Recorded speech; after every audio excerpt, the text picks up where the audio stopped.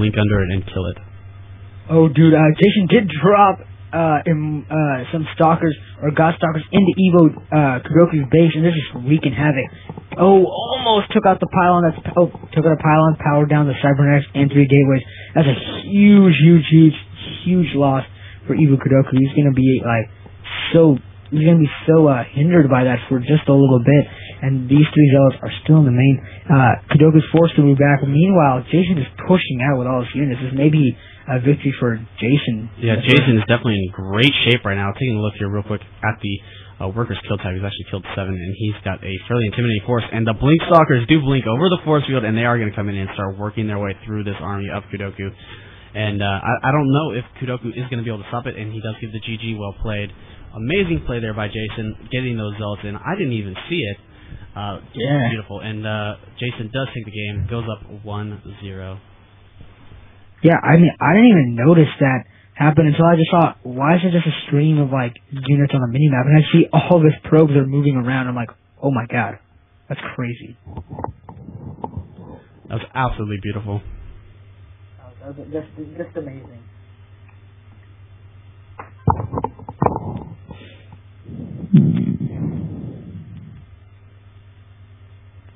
Waiting here now, it is up to Evo Kudoku now to choose the next map, choosing to go for Tal'Darim Altar, which is a awesome map, one of my favorites. Yep. Let me get that set up real quickly. So we did see 4-gate play from both players that time. I'm going to actually have to cut off here for a second, so you take over here for a second, Drizzy, and I will be right back. Alright.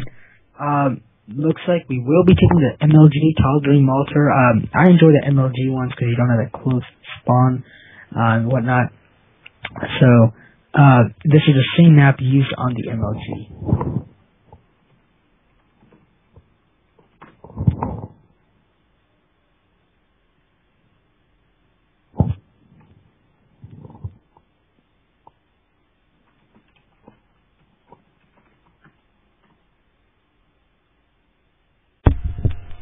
I am back. Sorry about that. 1 second.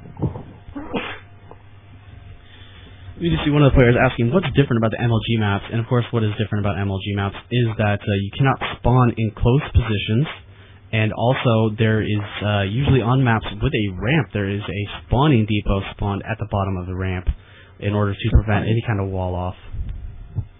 And on this map, it doesn't really make a difference about the spawn locations, but there is still that supply depot. And why don't you start us off here, man? Hello, everybody. I am PGC Erratic. Here with me is Trizzy. We are casting the first semifinals match of the Proving Grounds Open, number 4. Jason currently leading 1-0 and spawning down here in the bottom position as the green Protoss. Spawning up here in the top position as the yellow Protoss is his opponent, Evo Kudoku, who ran into a little bit of a problem there, going for a robotics facility in Robotics Bay. Ended up getting beaten down by Blink Stalker, which are, of course, extremely effective. Try to force field that ramp, but Blink Stalkers laugh at force fields. So, Drizzy, we just saw 4-gate play from both players. What are we going to see this time? I'm not sure. I think that, let's see. He is talking about the whole, Microsoft, Evo Kudoku is experiencing lag. Apparently, there is Netflix being watched. Excuse me. Netflix is being watched on his, whole, family's internet thing. But, so I told him that if he does get really, really laggy within the first 5 minutes, and if he does disconnect, or there's just horrible, lag, we will have a redo if it's within the first 5 minutes. Yeah, of course, we don't want to see any kind of losses because of lag or DCs, but, with Blizzard making everything on Battle.net, of course, this tournament has to be on Battle.net. I don't know if you guys all want to fly out to do a $30 tournament, but, on Battle.net, we do have to deal sometimes with that lag issue. It is unfortunate, but it is part of the game, unfortunately. Yeah, I mean, flying out for the $30 tournament obviously, doesn't make sense. Because, the plane ticket itself, or even gas, it costs more than that. That's a hey, tournament. If any of you live in Southern California and you want to talk StarCraft, let me know. And where you live in the Midwest and want to talk about StarCraft, you let me know. I will. We can talk about StarCraft all we want. And of course, StarCraft 2 Drizzy is code for rape you. Just to let you guys know. Anyway, we do see that both players playing pretty much the same builds that they were doing last time so far. Fairly standard play. We do see that Jason's actually loading up quite a bit of Chrono Boost on his Nexus, as is Evo Kudoku, so we might see them actually both transition into that 4-gate again, though they will probably end up laying them down much closer together, and we'll see if that leads to any kind of nice 4-gate versus 4-gate pressure. Let's check one thing real quick. You were just talking about it. It does lead to 4-gate pressure, and if you notice that on this map, Evo Kudoku did put his buildings in the back, as opposed to in the front, and the reason I think he did just kind of like metagame type thing, like trick his opponent out. Maybe if the probe only goes in so far, doesn't see any buildings, he might just miss a scout and move out.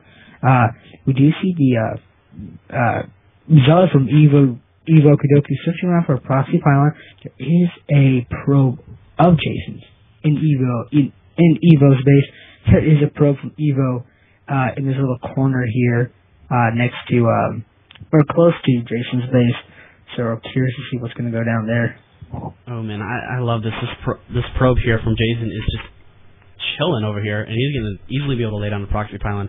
I mean, this probe sneaking into this position, that could decide the game very easily, because of course a proxy pylon there, warp in a few zealots, those zealots get into the mineral line and pretty much kill off everything. And we do see the proxy pylon is now going down for Jason. His warp gate research is almost done. Oh, I really don't like him moving the probe out here. It is going to let his opponent know that the probe was around. And Kudoku, if he's paying attention, might know this and might send the probe over there and see that the proxy pylon is on its way. But of course, with warp gate done, we are about to see units warp in for Jason, and we do have 3 stalkers coming in. We do see Jason, picks off the probe, but the proxy pylon still manages to go down. To the units tab real quick, we have 1 zealot and 2 stalkers for Evo Kudoku, and 1 zealot and 6 stalkers for Jason. So Jason is definitely in the lead, and he has a 6 worker advantage. Which is going up really, really fast, as he's absolutely shredding through the worker line here for his opponent. And he's going to start to be able to warp in more and more units to continue this pressure. And I think Kudoku is pretty much done here. Taking a look at the workers lost tab, we see that Kudoku has already lost 11 workers, and that is just absolutely ridiculous. Way too many workers down already. Adding a little bit of insult here, Jason actually warped into single zealot to try to get that into the mineral line, but of course it's not going to be successful with 4 stalkers here to defend. Doesn't even get him kill off. It doesn't even manage to kill off anything. We do see that Jason's getting like a flank going on here, trying to get sandwiched all of Kudoku's units with his stalkers. I think Kudoku is going to have to GG again out of this game. Barely 7 minutes in. I think this might be an early loss for Kudoku. There's still that proxy pylon. He's picking another zealot, and this time Kudoku's going to see where that zealot's coming from. He's going to take care of that proxy pylon, no problem. Yeah, he's got to take out that proxy pylon very soon, but this game is pretty much over at this point. Taking a look at the units tab, we see it's 20 probes to 14 and 9 stalkers in a zealot against 6 stalkers. And yeah, this game is basically over right now. 3 stalkers getting warped in. We do see that Jason is about to go for a final ending the game push. And a little unfortunate here to see that. It was just the result of that proxy pylon, but of course that just emphasizes to you guys that when you're playing Protoss vs. Protoss, you got to make sure you watch out for that proxy pylon. Kudoku blaming it on the lag, but I got to say, Kudoku, that was a fault of scouting and not lag. Yeah, he does get a good luck in finals, so he is being pretty well-mannered there. I just don't like it when anybody blames something on lag when it wasn't lag. That's just me. Yeah, he's saying I wish I could play like this instead of like with that lag. But I wonder what happens. 1 second. Okay, that is the first semifinals game done, and Jason takes the cake 2-0. Moving on to the finals. Coming up, we will have a match between Amindri and Google, correct? Yep. I'm just going to invite both players to the party right now.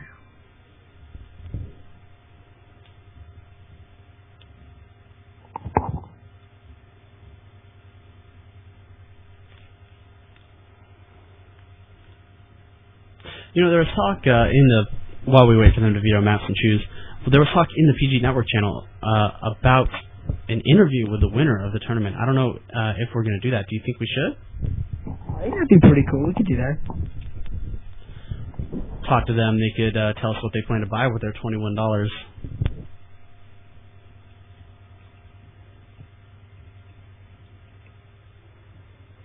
Just sitting here waiting for Amindri and Google to choose a map.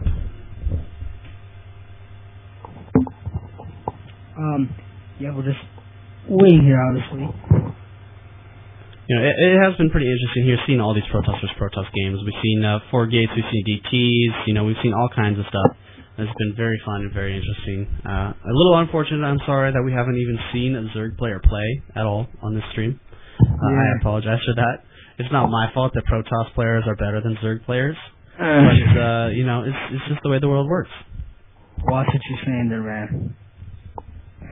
Oh my god. I can't say anything. Who left the party? I'm wondering why. Do you know? Do you know what's going on with Google? You left the party? No, Google left the party? I think, they may be... I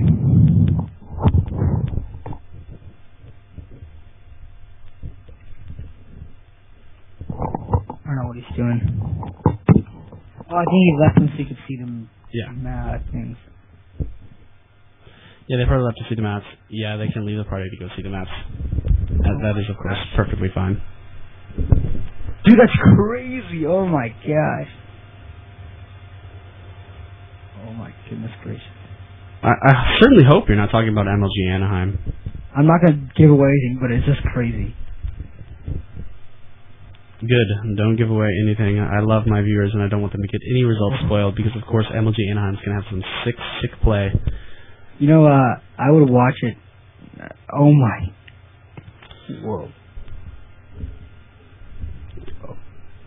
So, guys, we are just sitting here waiting for Amindri and Google to decide what map they are going to play on for the first game. Of course, we use that veto system. Which does take a little bit for us to choose a map, but it does end up with both players choosing a map that they hopefully both feel is good enough for them.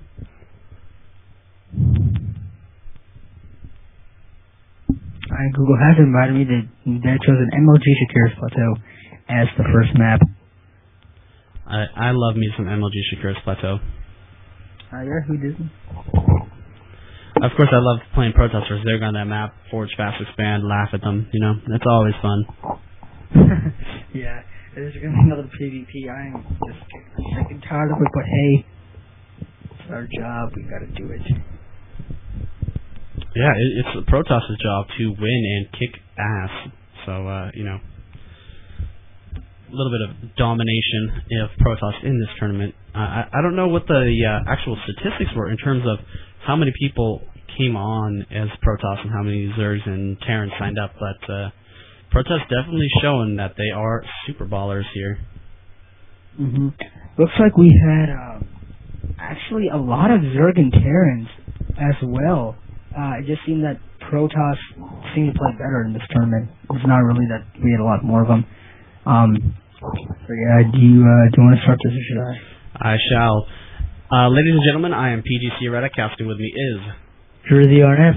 We are casting the second semifinals matchup between Google, who is spawning down here in the bottom left position as the red Protoss, and Amindri, who is spawning down here in the bottom right position as the orange Protoss. We've seen a lot of PvP action here today. We've seen Dark Templars, we've seen robotics facilities with Colossus, we have seen 4 gates, we've seen it all, and on a map like this, MLG Shakira's Plateau, with his long distance, even in these close-by air spawns to get to the opponent's base. We still have these extremely long ground distances. What do you think we're going to see here, Jersey?